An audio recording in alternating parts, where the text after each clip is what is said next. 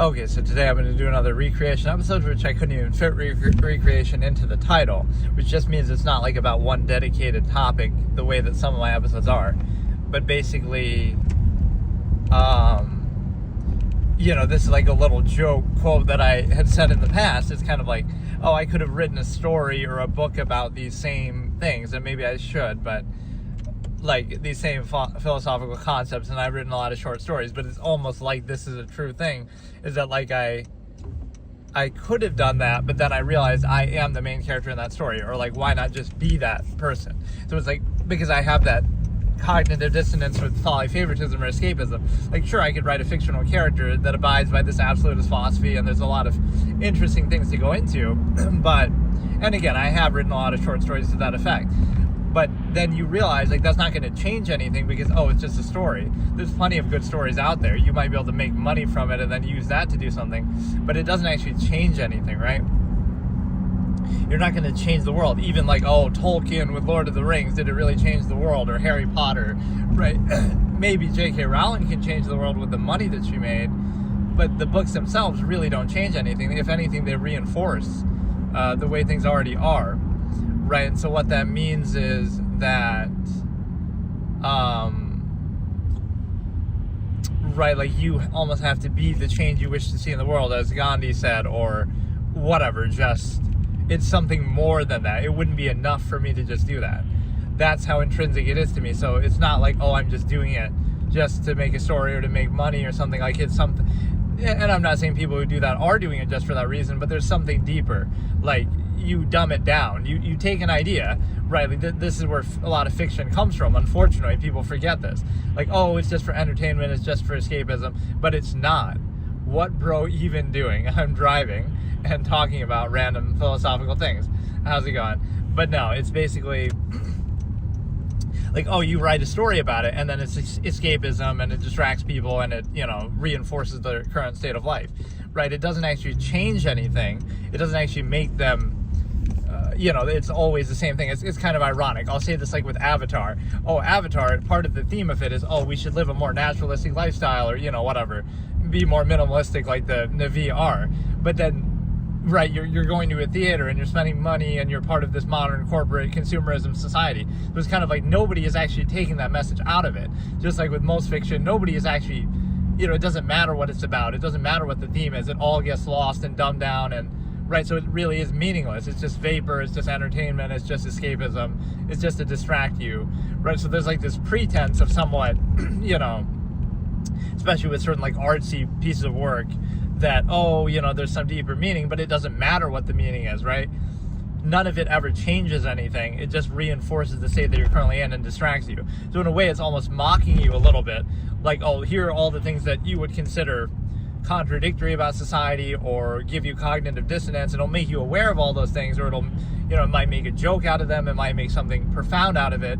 But then you go back to living 10 minutes later. It's kind of, The Truman Show is my favorite movie, what I consider the best movie of all time. That's exactly how that movie ends. It ends with the characters watching this life-changing experience of this guy going through all this and escaping from the show, his show that was a reality TV experience. And what do? Then they say, oh, where's the TV guide? Let's just watch the next thing. Like, to them, it really didn't mean anything, even though it was such a profound story, right? Like, that's the point. Oh, let's just go on to the next thing.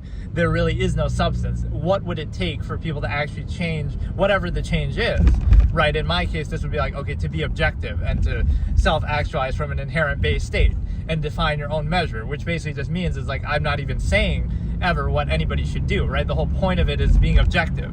So if you objectively observed your existence, you probably wouldn't live the same way that you do, but you put up with it because you kind of bypass your critical thinking, and you kind of, it's not that all those existential questions are answered, it's that they're never even asked in the first place, right? When you're young, you're indoctrinated before you can even critically think for yourself. And then by the time you're old enough, anything you do will be called rebellious. Like, oh, look, you're rebelling when you're a teenager for the first time you can think for yourself, right? This is a false inherent contrivance response.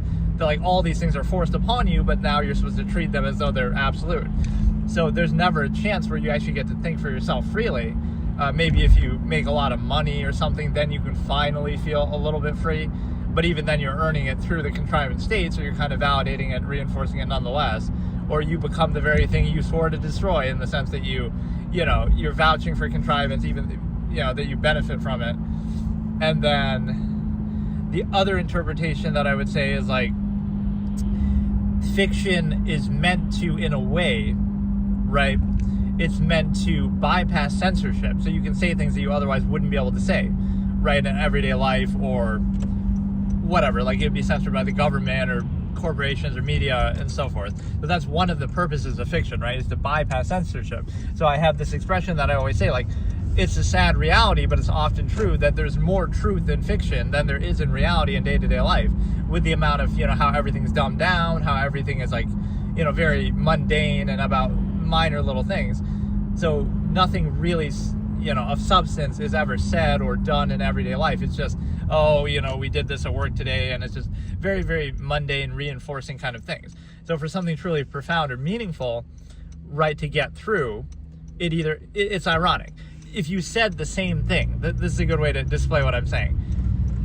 If you said the same exact thing that is written in a story in everyday life, they think, oh, this guy thinks he's so smart, or this guy, they'll kind of mock it, right?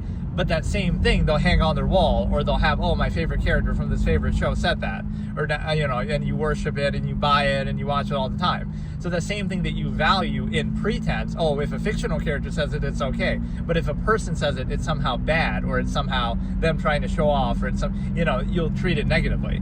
That's the weird thing. So you're not only are you not appreciating the substance of it, whether you value it or not, right, assuming you value it here, it's actually the fact that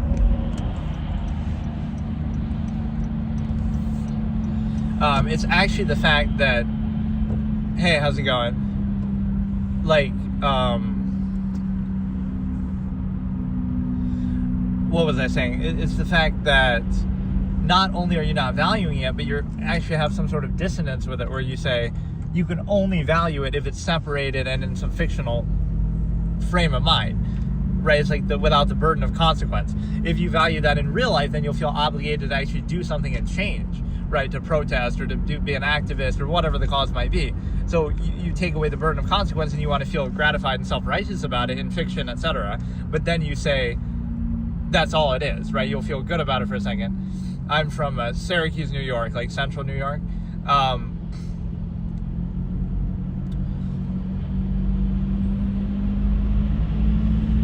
Oh, Argentina? Cool. Yeah, I hope we don't kidnap that president too, whoever it is. We just took care of Venezuela out of the blue. Which, again, even if people are happy with the result, I don't like the way that it was done. But no, it's a situation where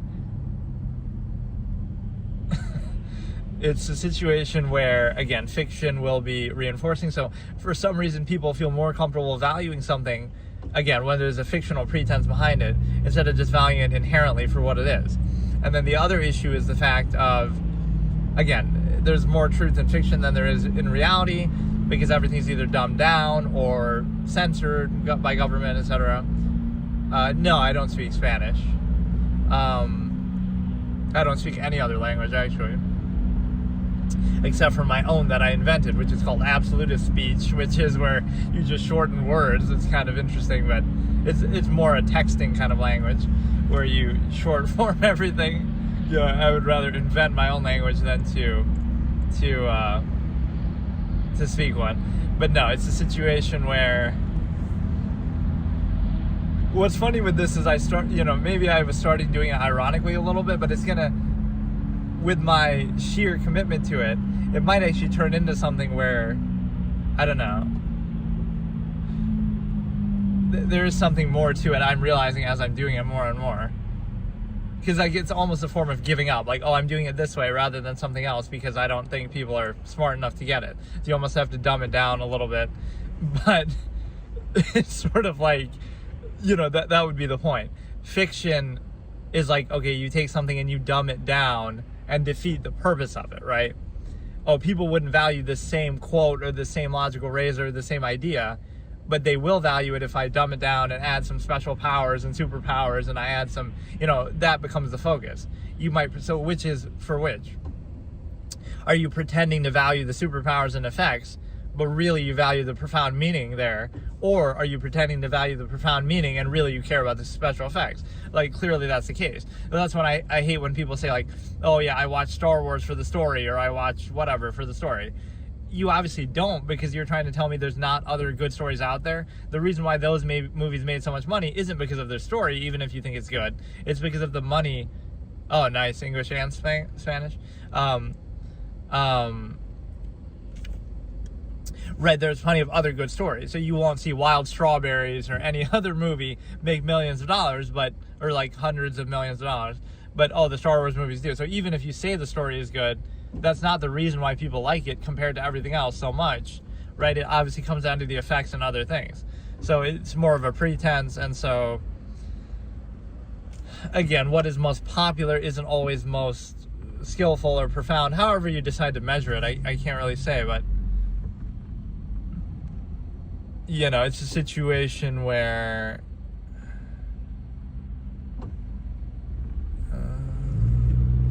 I don't know how to explain it even, but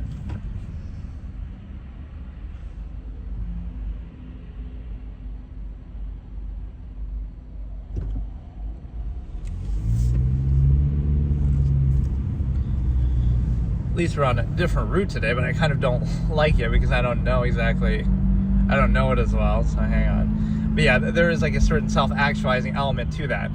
You think about it and you would say, okay, what would it really change? Is it really going to change anything? And so even what I'm doing now, you might think, oh, it's not going to change anything, but it would have maybe more of a chance, or maybe it's just more comfortable to do it. Kind of, I don't know. There's something about it that's kind of interesting, that what would it take, right,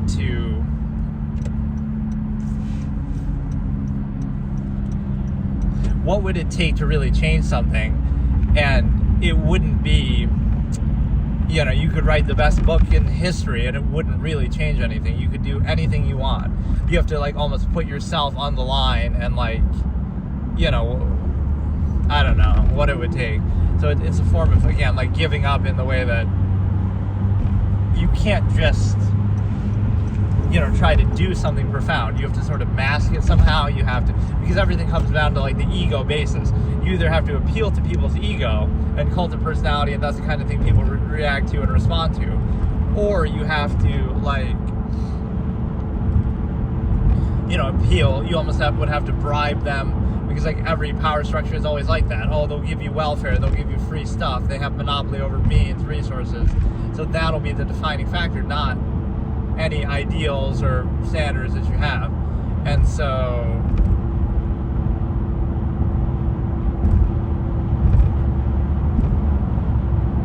I don't know, but again, there's a certain self-actualizing element. So how can I make you see things objectively?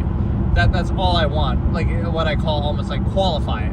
That's what my character would say if I had written, if I wrote this character consistently. Qualify it first, which means don't tell others what to do, or don't anything. Like, don't struggle with your life, or don't have kids, don't preserve the stimuli acme. Don't do anything until you qualify the contrivance state first, which people never do. So they struggle against it as though it's a false absolute. So now as though it's an absolute. But then the fact that it's false is why you struggle. So it's like, you don't understand what you're actually doing, so there's no actual basis for it. You never qualify it in the first place, so now you struggle against it forever. And you even reinforce it and all. So you understand that, I don't know, there's something deeper with it. So I would have to demonstrate, right? Demonstrate to you the artifice of contrivance. Demonstrate to you what it would mean to be objective. And then you might try to associate some sort of intent to it. Like, oh, it's because you think you're so smart, or whatever, you're trying to prove something, or there's some ego. But what if it's the purity of objectivity? You just want to see objective truth for what it is, and then decide for yourself from there, right? And so there's sort of a fallacy, and you want other people to do that, or at least you don't want to be controlled on behalf of the stupidity of others who just take contrivance as absolute. But how are you supposed to conquer, millions of idiots are always stronger than anybody, one individual, right? You can't really face that. But it's a situation where,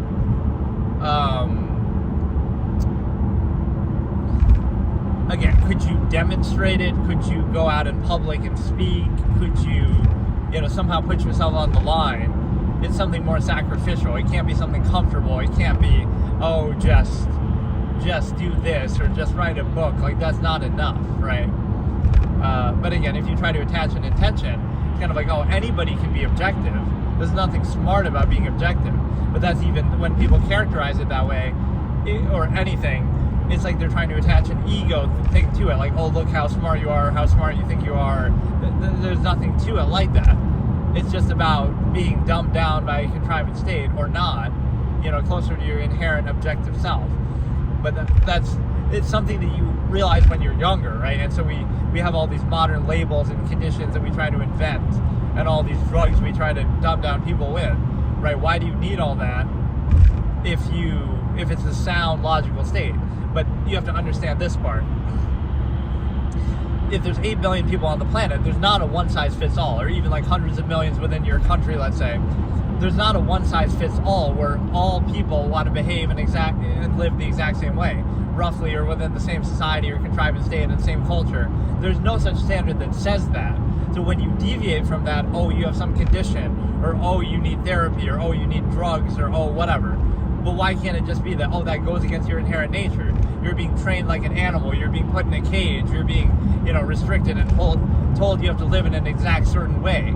So maybe that's not the uniform one-size-fits-all for everybody. So when you try to force people in that unnatural state, now you try to do these things to overcompensate. Well, if you have enough, money and food and bread and circuses, then you'll tolerate it. But that doesn't justify that state or say that that's really what you would naturally want to do. Or, if you indoctrinate people when they're young, then that somehow bodes well for that. But that doesn't mean that's what they would naturally have done, right? Just because you have social engineering and reinforcement, that also doesn't mean that's what you would naturally want to do. In fact, all these things almost indicate the opposite, that the fact that those things are all necessary, right, are what it takes to maintain that state. So think of it like people are animals. This is kind of the dichotomy of this objective absolutist philosophy that I have, is like, it sounds negative at first in the initial basis, right? But then you realize it's actually a positive, or at least a self-aware state of being. You say, oh, people are animals, and oh, that sounds bad. But they're animals, so now you can realize how you're trained like an animal, how society trains you like you're an animal, how when you're young, you're trained like an animal, you're conditioned, the reward punishment system. We don't see it when it's happening to us, or we treat that like it's normal, but why should that be necessary? Or people take pride in that sometimes, like, oh, back in my day, my old generation, we used to whip our kids, or we used to, use a belt or something. Like, that might sound cute, but why should that be necessary if what you're doing is really a sound process, right? Why should you need to use force? Why should you need to indoctrinate people when they're young so much? There's a question to be asked about, right? So you're trying to create a specific kind of uniform state that everybody follows, and that's just not how people are, right? Or anything is. You can't say, oh, you have to live in this exact way or this exact society. Maybe you want to go live out in the woods. Maybe you want to pick berries. Maybe you want to, who knows, right? You can't assume somebody's intention.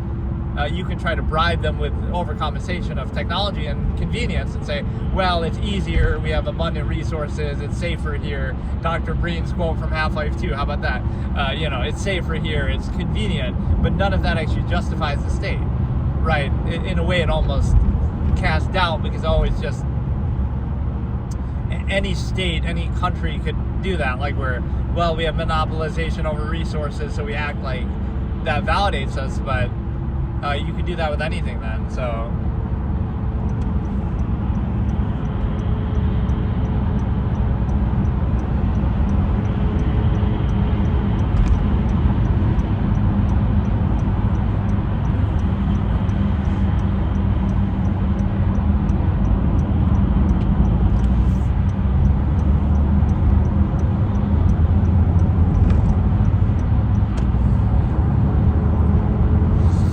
Right, like anybody can have a monopolized, control over resources, over nature, right? That doesn't validate it. It's the opposite. You should hold it accountable now that they do. Because, again, sometimes individuals are held against that. Like, oh, you should sacrifice for the collective mass of people. But you didn't create the collective mass of people, right? You didn't, that's why I even say the absolute standard of not preserving the stimuli acme. Like, if you don't have kids, then you don't owe anything to the future. That could be your choice. Or if you don't, you didn't create the number of people there are, you didn't create the corporations that own the planet. Like all these things are already in place, but you're expected to vouch for them or defer to them, or, oh, you were created by them, so you somehow owe something back. But in reality, none of that is true, because yes, you actively kind of create them or benefit from them in the sense of when you're younger and stuff, or when you buy things, you're kind of building them up again too. So you should kind of not do that, I guess. But I don't know, like that's sometimes the credibility you have to have. Like, what level of minimalism would I have to show to kind of be objective or to be credible? Because, you know, you go up to a whatever, you'll be judged very harshly. So, okay, I'll walk around naked, and then, oh, I don't have any clothes made by a corporation, so now I'm validated, but you're not allowed to do that. So you're being forced, right? So like, I would have to create that sort of superficial image of a minimalist. I'll make my own clothes, or I'll, you know, it doesn't make sense, because you're trying to face the very same contrived state that you're trying to change. But in order to change it, you have to appeal to it and appease it.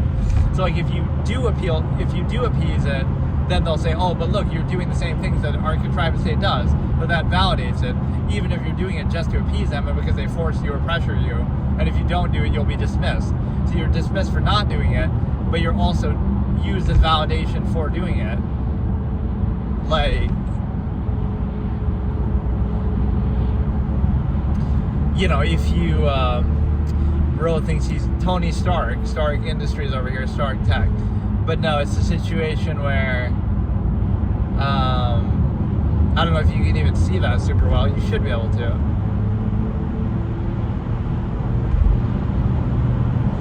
But no, you're in a position to understand things freely, be objective, and it's kind of the way that people fear thought or condemn thought or criticize thought that, and I'm not talking about the other kind of thought, but no, it's like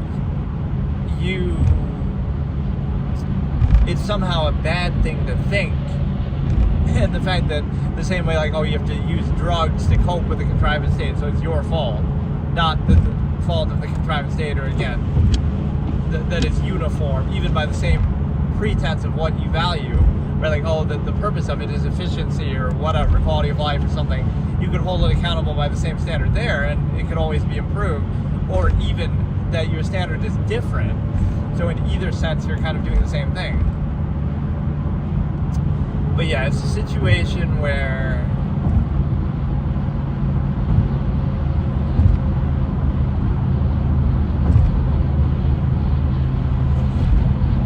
I don't know.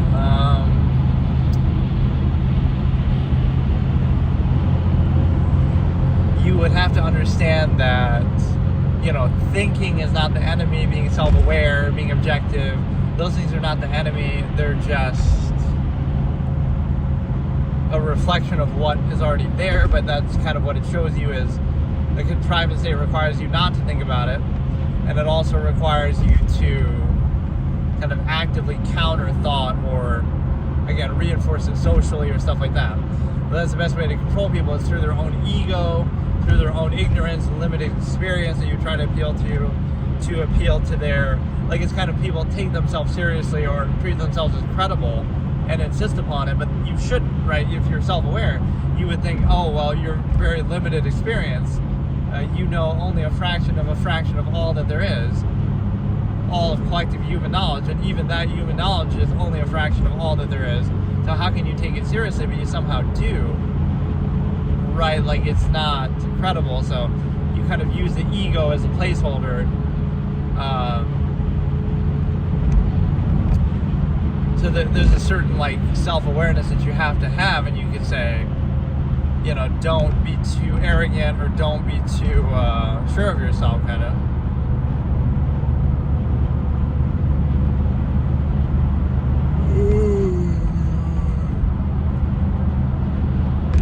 Yeah, it's like part of the same measure. So what if I say, okay, let me try to appeal, like, this is how variable and self-aware you can be. Let me appeal to the kind of escapism and folly favoritism and dumbed down kind of culture for a while. Let me appeal to that for a couple years until I become a big personality, and then I'll use that to then do what I'm doing here. And you might say, oh, look, he changed once he became big or something. But that was always the intention. It's just I had to appeal to that because that's what people want, or that's what, whatever. Like stupid sells, if you will. So, and there's a reason for it too. It's not even that, oh, people are stupid. It's that people are easier to control if they're made to be stupid. It's no accident, or even, it's easier to cope with the contrived state that you're in if you are that way. So you understand that it's not by accident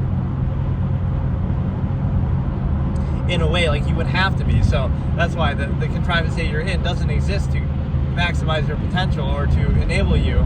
It exists to inhibit you and dumb you down, because the massive majority of people have to be dumbed down, right? You can't have 8 billion people on the planet who are all, fully self-aware and whatever. You can't have that. You have to have them dumbed down. You have to have them in a mass mediocre state. So you might think, oh, it's like a paranoia thing. You think everybody's out to get you, but you're being trained a certain way as a mass of people has to be. And the reason why is because you have to be in a dumbed down kind of, I always say like a mass of people have to be fooled or have to be controlled somehow in an era of human history. So like back in the feudal times, you would have peasants working for promises of heaven, and they would feel all gratified and sure of themselves within that pretense. But that was just a way to control them, while the clergy are eating their nice meals up in a castle or their whatever. So like, it's not really what it's about, but it's just used as a pretense. So the same thing today, you could say, well, oh, we're controlled by social contrivance and gratification. So this is where amalgam theory sort of shreds that, is I say that, oh, we value other people, so it's good to be nice to other people in your local environment, or like, whatever. But that shows you it's still non-basic self, based on their proximity to you and your ego, not based on a hierarchy of needs or value. Like, oh, if you truly care about other people, then you would sacrifice eating 3 meals a day to help somebody who's starving, and you would give up every luxury and every convenience and everything, right, to try to help other people, and based on who is most in need, and your entire lifestyle would change based on that. Instead, oh, it's overextension. You care in pretense, but only as it's around you, only as it relates to you, so it's not a real basis, right? If you really cared, you would immediately give everything up, and that would be it. Like, you might think, oh, it helps more in the long run, like it's a fallacy, like the healthy horse fallacy. Oh, you can do more by that way, but you really aren't, because your very lifestyle itself is subversive, right? You would say everything is like overextended so much. What if you didn't require or desire any of those conveniences or any of those material things, right? All of that is a net sum. It's a zero-sum thing. So let's say, oh, you want to save the planet. You care about the planet. But not only do you not care about the planet, you only care about the planet as it relates to your own potential survival or convenience or whatever, future generations, which at least that has some more valid basis to it. But everything is always conditional. So that's why amalgam theory would be like the human family. You care as much about somebody starving halfway across the world as you do about your own family, because they're all your family, because it's the human family. So that would be it. Like, there wouldn't be any, so you would grieve just as much over the death of somebody anywhere else in the world as you do, right, somebody in front of you, your family, your friend. So like, imagine living like that, and that's kind of how I think in a way. So how do you reconcile that? It would seem negative to the people around you, like, oh, you're not giving them special treatment, but you value them just as much as somebody halfway across the world, right? It's just you're not placing any special undue emphasis on them just because they happen to be closer to you. So if you truly care about other people, right, you might think, oh, you don't have the ability to affect it, but you are affecting it actively with your lifestyle, right, with your whole everything. So it shows you it's nothing more than a pretense, right?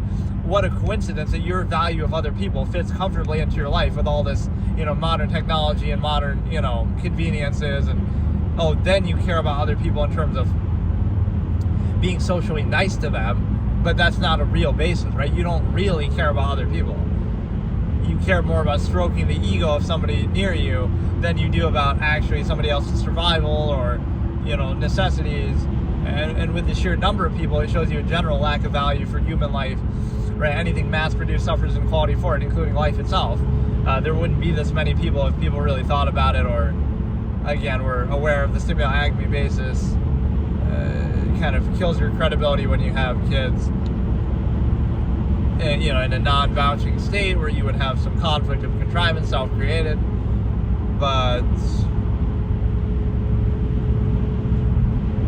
it's a very difficult task to undertake, and I have to wonder, because the conclusion again is objectivity. So what would you do with that? That would be up to you. But I can guarantee you, if people were just objective and thought for themselves and self-actualized from an inherent base state, it would not lead to a uniform kind of thing what we have here. It would not lead to that. So is it worth it? Is it is society and the non-consensual social contract of birth and the indoctrination of youth, right, when you're too young to critically think for yourself, is that worth it for the end result? Is that worth it to say we can do all these things that we would condemn inherently, like we're training people like animals and bypassing their critical thinking and kind of foregoing their consent, and then saying ex facto justification, like ex post facto justification, like, well, the end result is good and look at the society we have, or the conveniences, or the technology, but is it worth it? Is it worth it? And so you're defining value by convenience or luxury or overcompensation, not by an inherent standard. Maybe somebody would prefer that. Maybe that would be my standard. I would rather live out in the woods and live half as long and, whatever, but at least be free, instead of, be enslaved by all these supposed conveniences and stuff like that in a heavily contrived state where you need permission to do anything, and the weakness of others and past generations that deferred and gave monopoly over nature itself to big corporations and government, right? It's not about the individual. It's not about the specific. It's about the overall, unsound nature of the process that you're still exposed to and overextended. Even if you don't want to be a part of it, you're still subject to it, right? Oh, you'll be trespassing somewhere or whatever, overextended.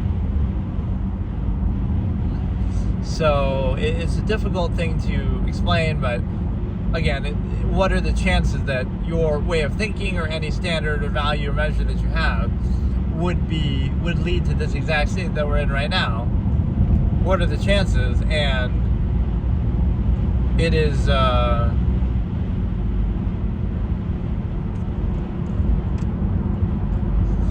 right, even if by some chance it happened with you, it wouldn't happen with everybody that same way. So the only way to reach this state is not to answer anything adequately. It's to bypass the question, bypass the thought, the objectivity. So you can take any state and just reinforce it mindlessly then. And that is how contrivance works.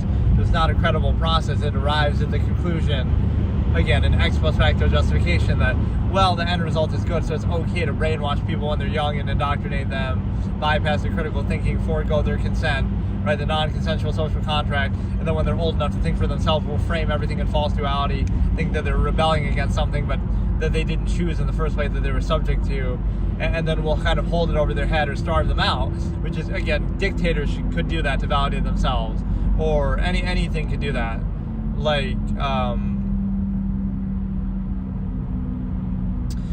right, dictators could do that, or any unsound process could do that. And when you do that, you understand that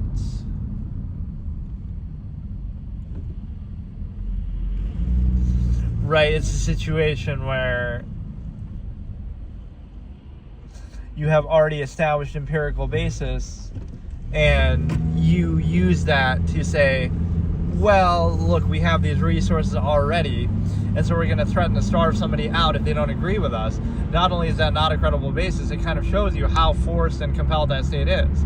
If you don't agree, we're going to starve you out, right? Not that we can actually win that discussion or assume your intent and force you to do the exact thing that we want you to do.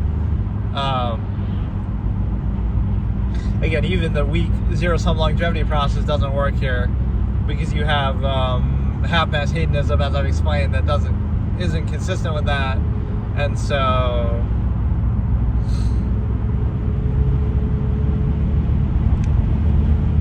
what else could I explore here? This is a very open-ended kind of episode, but just very thinking about how you can have an impact. You have to kind of appeal to those same things, and you might think, oh, that's kind of like bribing people, but you realize that's how they're controlled in the first place, right?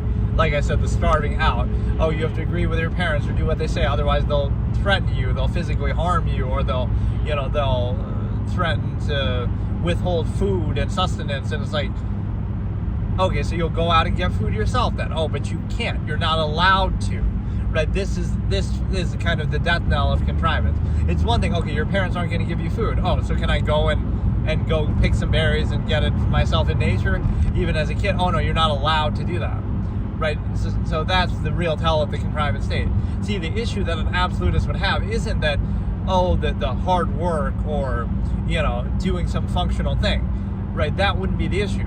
The issue isn't them working hard, it's them not being able to work hard enough or work fully or work freely. The fact that they're inhibited. Oh, you can only do this for this big corporation with their permission, with the, allowance of society. You can only do it in this way. You can only do it this much. No, if you want to do it fully and freely and uninhibited and not at the behest of some larger overextended authority structure, right? You would just do it. You want to do what you want to do, tied to your own survival or whatever, direct. But instead, you have to overextend it and say, well, you can't do it fully or freely. You have to do it halfway. You have to pretend like you value it. Oh, look how hardworking I am. But part of that hard work is the struggle of cognitive dissonance of, doing it halfway, doing it partway, doing it part of some empirical established structure that comes first, right? Not the process itself, not efficiency, not anything. You have to first defer to that structure, establish authority, that specific entity first, and then you can sort of do it efficiently, but only with limits, because if you do it too efficiently, then it would invalidate the whole process.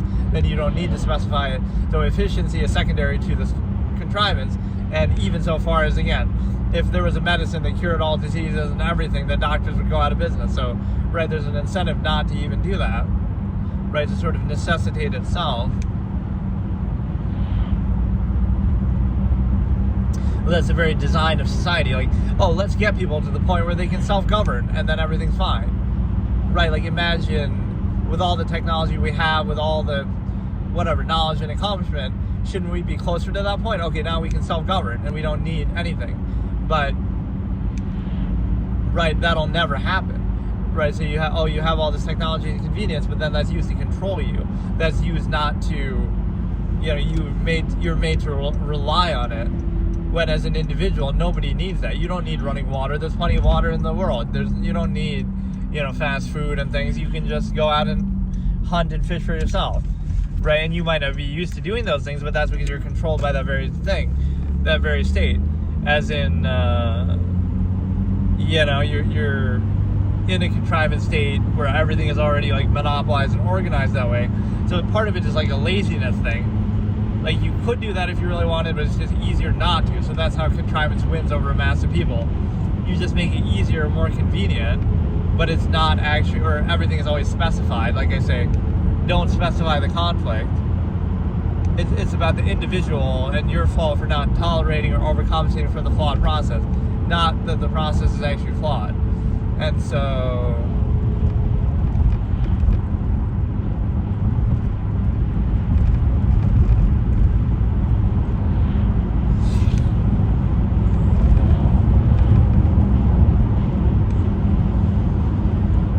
yeah, it's like brainstorming ways that you can actually have an impact. You have to somehow demonstrate something in a way that seems objective or that is objective, but then people always try to attribute it somehow or focus on insignificant things. Kind of even like why I'm doing the camera thing now. Like, it doesn't really matter, but people associate with that, or they're more interested in that, or ask where I am or where I'm going. So...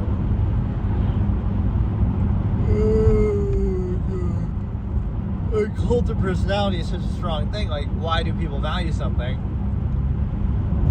A lot of it comes down to the stimuli acme. Like, somebody, again, if you're, unfortunately, this is like the down bad. Let me try to riff those off really quick. Like I was saying, I'll do this joke session where I, defining Gen Z terms or brain rot terms, kind of translating them into absolutist terminology that I have, like, the stimuli acme is preserved in this era would equal people are down bad for everything these days, right? So, like, basically down bad. what are some other, like, full expressions, not just words?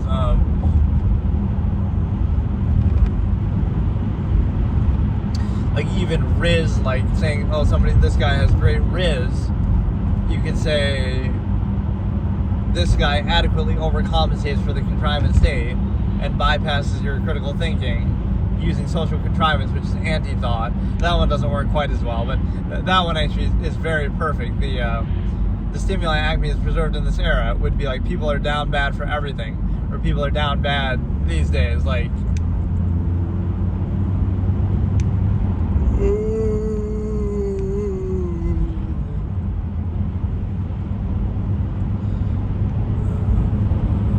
like, let me try to start with my own terms and see like what I can translate them into.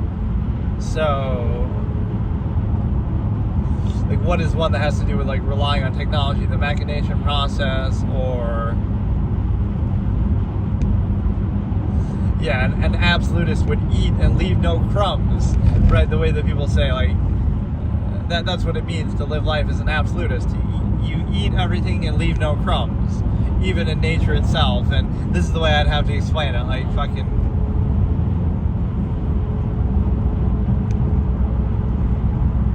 I don't know, I'd have to look up some brain rot type expressions because I don't even know them offhand, but that stimuli acme one works pretty well, actually.